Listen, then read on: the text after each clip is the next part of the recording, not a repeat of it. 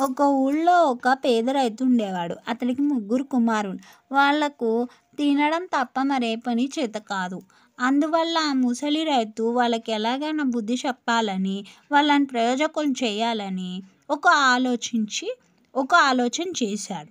ఒకరోజు ఆ పేద రైతు తన కుమారులతో, నేను ఒక కుండలో బంగారు నాణాలు పోసి మన చేనులో పాతిపెట్టి చాలా కాలమైంది. అవి ఎక్కడ ఉన్నాయో మర్చిపోయాను. అందుచేత మీరు వాటిని బాగా తవ్వి వెతికి తీసుకురండి అని చెప్పాడు. వాళ్ళు మహా సంతోషపడిపోయి ఆ పొలమంతా అతి కష్టం మీద తవ్వి ఆ కుండను కనిపెడదామని తిరిగారు. కానీ వాళ్ళకి ఆ కుండ దొరకలేదు. కుండ పోతే పోనీలే, మీరు కష్టపడినంత తవ్వారు కదా అని కొన్ని విత్తనాలు తెచ్చి చల్లండి అని ఆ తండ్రి వాళ్ళకు చెప్పాడు. వాళ్ళు సరేనని విత్తనాలు కొని తెచ్చి చేలో చల్లారు.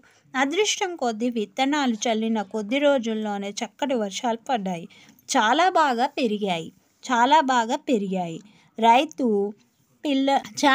పెరిగాయి. బస్తాల కొద్ది ధాన్యం ఇంటికి చేరాయి. కొన్ని తినడానికి ఉంచుకొని మిగిలినవి బజారులో అమ్మవలసిందిగా కొడుకులను పురమాయించాడు రైతు. ఆ రైతు పుత్రులు ధాన్యం అమ్మగా వచ్చిన 3,000 రూపాయలు తండ్రికి ఇచ్చారు. అప్పుడు రైతు కొడుకులతో, ఇదే నేను పాతిపెట్టిన సొమ్ము. ఇట్లాగే ప్రతి సంవత్సరం కష్టపడి పని చేస్తే మీకు బోలెడంత సొమ్ము వస్తుంది. సంతోషంగా ఉండవచ్చు, నలుగురికి పెట్టచ్చు అని చెప్పాడు. అప్పుడు పిల్లల జ్ఞానోదయం అయ్యింది. అప్పటి నుంచి ప్రతి సంవత్సరం వాళ్ళు కష్టపడి పంట పండించి ధనవంతులు అయ్యారు. ఇందులో నీతి: కష్టపడితే ఫలితం దక్కుతుంది.